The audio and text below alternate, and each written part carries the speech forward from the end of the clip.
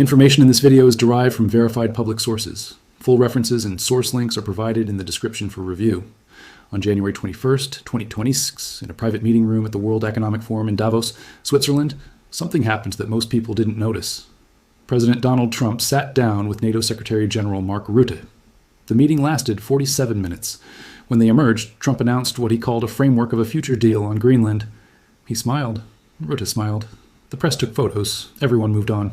But 3,000 miles away in Brussels, the European Parliament was holding an emergency session. And what they decided in that room on that same day will reshape global trade, geopolitics, and economic power for the next decade. The European Union officially suspended the agreement on reciprocal fair and balanced trade with the United States. This wasn't a minor policy adjustment. This was the complete freezing of a trade relationship worth $1.7 trillion annually. $1.7 trillion. That's larger than the entire economy of Canada. That's bigger than the gross domestic product of Russia and Australia combined. That's $4.6 billion changing hands between America and Europe every single day. And it stopped. Not because of economics, not because of tariffs or regulations or trade imbalances. It stopped because of an island covered in ice that 99% of Americans couldn't find on a map 2 months ago. Greenland. The deal that Trump just made with NATO isn't what the media is reporting. The framework he announced isn't about security cooperation or Arctic defense. It's about damage control.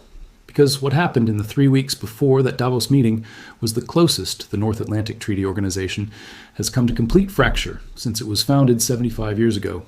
And the fracture wasn't caused by Russia. It wasn't caused by China. It was caused by the President of the United States threatening to invade an ally's territory.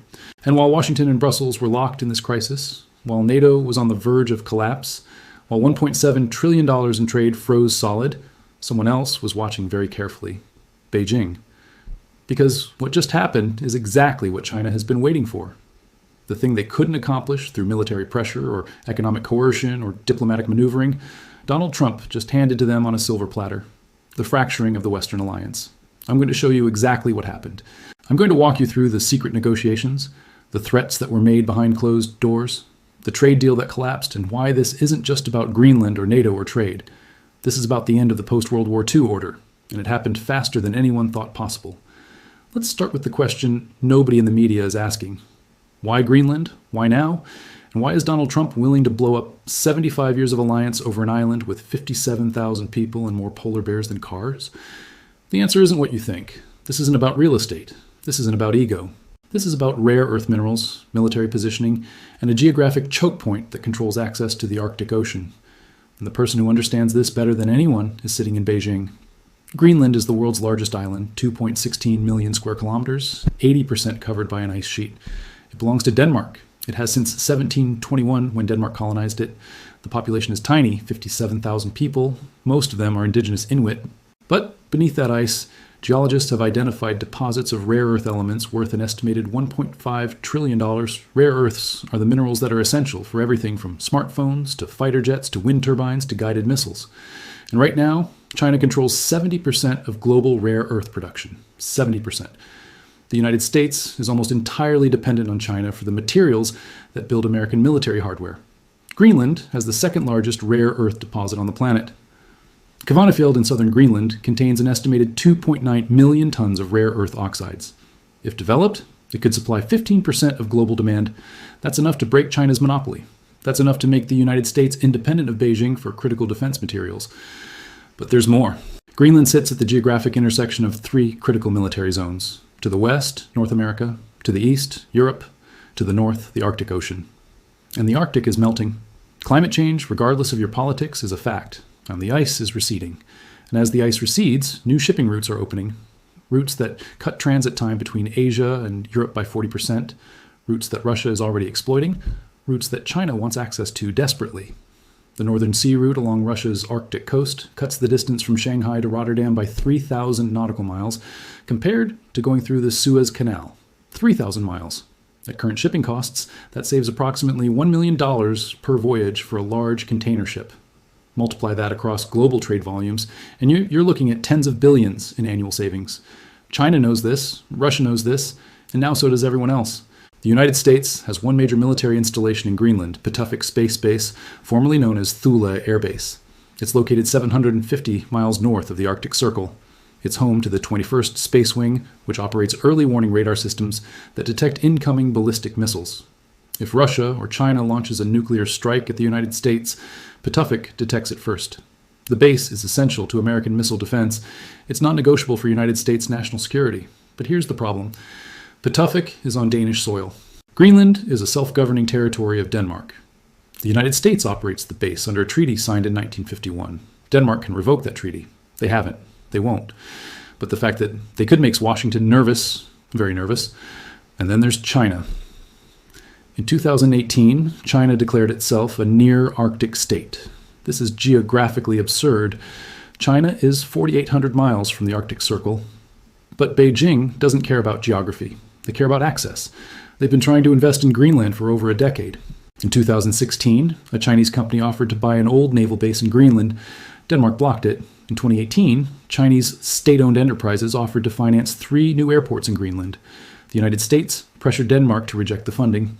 Denmark agreed and paid for the airports themselves.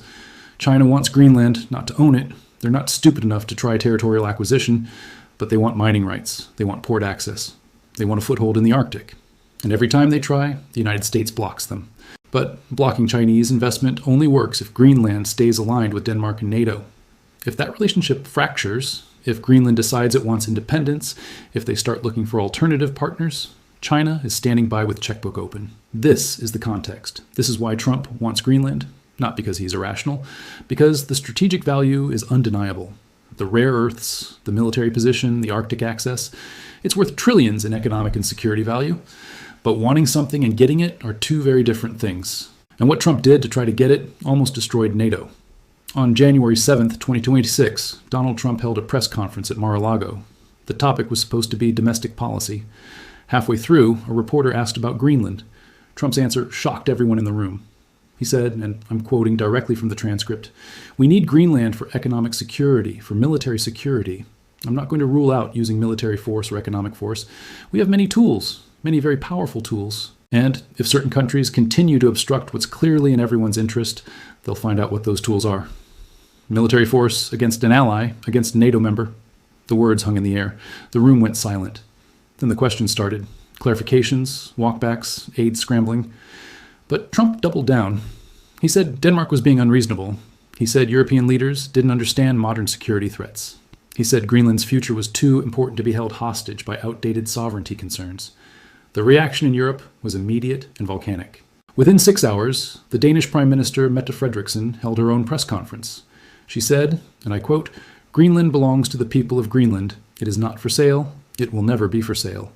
Any attempt by any nation to use force against Danish territory would mean the immediate end of NATO as we know it." Read that again.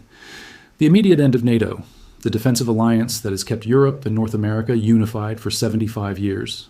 The cornerstone of Western security, over in one sentence. But Trump wasn't done. On January 17th, 2026, he escalated. He announced that if 8 specific European nations didn't publicly support negotiations on Greenland's future status, the United States would impose tariffs. 10% on all goods from Denmark, Norway, Sweden, Finland, Germany, France, the Netherlands, and the United Kingdom. 8 countries, 8 NATO allies. 10% tariffs. And not just symbolic tariffs. Real economic punishment targeting sectors where these countries had the most to lose. The announcement included a timeline. If the 8 countries didn't agree to negotiations within 30 days, the tariffs would increase to 25% by June 1st. If they still refused, Trump threatened complete trade suspension. He called it leverage. European leaders called it extortion. Let me give you the numbers so you understand what this meant. Annual United States imports from these 8 countries combined total approximately $450 billion. A 10% tariff would cost American consumers and businesses $45 billion annually in higher prices, but it would devastate European exporters. Germany alone exports $127 billion worth of goods to the United States every year. Automobiles, machinery, pharmaceuticals, chemicals. A 10% tariff would make German products less competitive against American and Asian alternatives. Tens of thousands of jobs would be at risk. Norway exports $64 billion in goods, mostly energy and fish. The Netherlands, $87 billion, much of it agricultural products and refined petroleum. France, $52 billion, including aircraft, wine, and luxury goods. The United Kingdom, $61 billion. Sweden, $15 billion. Denmark, $12 billion. Finland, $8 billion. Added up, and you're looking at economic warfare against America's closest allies. Not adversaries, not competitors, allies. Countries that stood with the United States through 2 world wars, the Cold War, the War on Terror, every major conflict of the past century, and Trump was threatening to economically punish them because they wouldn't negotiate away the sovereignty of one of their territories. The response was unprecedented. On January 19th, the foreign ministers of all 8 targeted countries held a joint press conference in Brussels. They issued a statement condemning the tariff threat as incompatible with NATO obligations, contrary to international law, and fundamentally destructive to the transatlantic relationship.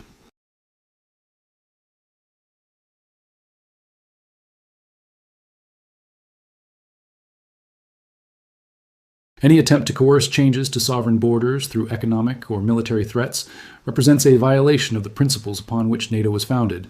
If such threats are carried out, member states will be forced to reconsider their participation in alliance structures. Reconsider their participation. That's diplomatic language for we might leave NATO. 8 countries, including Germany, France, and the United Kingdom. The 3 largest European economies, the 3 most powerful European militaries. If they left NATO, the alliance would cease to exist in any meaningful form. And this is where the trade deal comes in. Because while the tariff threats were making headlines, something much bigger was happening behind the scenes. The collapse of the economic framework that has governed United States-Europe trade for decades. I don't push memberships. If this content consistently helps you think more clearly about markets and global events, membership is simply a way to go deeper and support the channel. On August 14th, 2025, 5 months before the Greenland crisis erupted, President Trump and European Commission President Ursula von der Leyen signed something called the Agreement on Reciprocal Fair and Balanced Trade. The media barely covered it. It seemed like a boring technical document. Tariff schedules, regulatory harmonization, market access provisions, the kind of thing that trade lawyers read and everyone else ignores. But this agreement was actually revolutionary. It was designed to create the largest free trade zone in human history. The United States and European Union combined represent a market of 850 million people, with a combined gross domestic product of over 45 trillion. That's 54% of global economic output. The agreement would reduce or eliminate tariffs on over 90% of goods traded between the 2 regions. It would harmonize regulations on everything from automobile safety standards to pharmaceutical approvals. It would open service sectors that had been protected for decades. The projected economic impact was staggering. The European Commission estimated the deal would increase United States-Europe trade by 32% within 5 years. That would add $550 billion to annual trade volumes. United States GDP would increase by an estimated 0.3% annually. Doesn't that sound like much until you realize that $69 billion per year in additional economic activity. The EU would see similar gains. Jobs would be created, hundreds of thousands of them. Manufacturing jobs as supply chains integrated, technology jobs as digital services expanded, agricultural jobs as farm products gained market access. The agreement was supposed to be the economic answer to China's Belt and Road Initiative, a way for democracies to create economic interdependence so deep that political conflicts would become impossible to sustain. The signing ceremony in August 2025 was held at the White House. Trump and von der Leyen stood at podiums. They talked about partnership. They talked about shared values. They talked about the strength of the transatlantic relationship. Trump called it the greatest trade deal in history. Von der Leyen called it a new chapter in United States-Europe cooperation. The agreement required ratification. In the United States, Congress needed to approve it. In the European Union, the European Parliament and all 27 member state parliaments needed to vote yes. The process was expected to take 12 to 18 months, but everyone assumed it would pass. The economic benefits were too obvious. The political momentum was too strong. This was happening. Then came Greenland, and everything fell apart. On January 21st, 2026, the same day Trump met with NATO Secretary General Rutte in Davos, the European Parliament held an extraordinary session. The topic was the tariff threats. The session was scheduled to last 2 hours. It lasted 7. Member after member stood up and spoke. German representatives talked about economic coercion being incompatible with alliance membership. French representatives talked about sovereignty being non-negotiable. Danish representatives, understandably, were the most vocal. One Danish member of parliament said, quote, "We cannot ratify a trade agreement with a country that threatens military action against European territory. We cannot integrate our economies with a partner that uses economic warfare as a diplomatic tool. This is not about Greenland anymore. This is about whether we can trust the United States to honor any agreement." The vote came at 11:43 p.m. Brussels time. The resolution was simple. It suspended all parliamentary action on the agreement on reciprocal fair and balanced trade until the United States government formally and unequivocally renounced the use of military or economic coercion against European Union member states or their territories. The vote was 573 in favor, 42 against, 37 abstentions. Not even close. The trade deal that would have created a $45 trillion integrated market died in one night. 7 months of negotiations, 2 years of preliminary discussions before that, thousands of pages of regulatory text, all of it suspended indefinitely. But the European Parliament went further. They passed a second resolution. This one declared that if the United States imposed the threatened tariffs, the European Union would immediately implement retaliatory tariffs on $150 billion worth of American goods. The targets were chosen for maximum political impact. Bourbon whiskey from Kentucky, Mitch McConnell's home state, corn from Iowa, wheat from Kansas, oranges from Florida, timber from Oregon. The EU would hit products from swing states and states represented by key senators. Make it hurt politically, make it impossible for Congress to ignore, and they didn't stop there. The resolution authorized the European Commission to begin formal consultations with China on a potential comprehensive trade agreement. Read that sentence again. The European Union threatened to pivot toward Beijing if Washington followed through on the tariff threats. This is what collapsed, not just a trade agreement. The entire structure of economic cooperation that has defined the transatlantic relationship since World War II. $1.7 trillion in annual trade, suddenly frozen in political ice. Let me give you the breakdown so you understand the scale. United States-European Union trade and goods totals approximately $750 billion annually. Trade and services adds another $950 billion combined, $1.7 trillion. That's $4.6 billion every single day, $4.6 billion. And on January 21st, it stopped growing.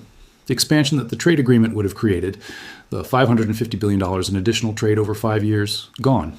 The integrated supply chains, canceled. The harmonized regulations, dead. But the real number, the number that should terrify anyone paying attention, is $4.7 trillion. That's the total stock of foreign direct investment between the United States and European Union. American companies have invested $2.5 trillion in European businesses, real estate and infrastructure. European companies have invested $2.2 trillion in America. These investments represent ownership stakes, factories, distribution networks, intellectual property, everything that makes modern global business function. And all of it is now at risk, because if the political relationship fractures completely, if NATO dissolves, if the trade war escalates, those investments become liabilities. Companies start pulling back, they restructure supply chains, they relocate headquarters, they divest assets. The $4.7 trillion doesn't vanish overnight, but it starts to erode. And once that erosion starts, it accelerates. This is what Trump's Greenland obsession cost, not the island itself. He didn't get Greenland. What he got was the collapse of the economic architecture that has made the Western alliance the most powerful bloc in human history. So what was the secret deal that Trump announced in Davos? What did he and Rutte actually agree to? And why did Trump back down from the tariff threats? The answer is complicated because the deal isn't actually a deal. It's a framework for future negotiations. That's diplomatic language for we agreed to keep talking and not blow everything up immediately. But even that required Trump to make concessions he never makes. Real substantive concessions that show just how close NATO came to complete collapse.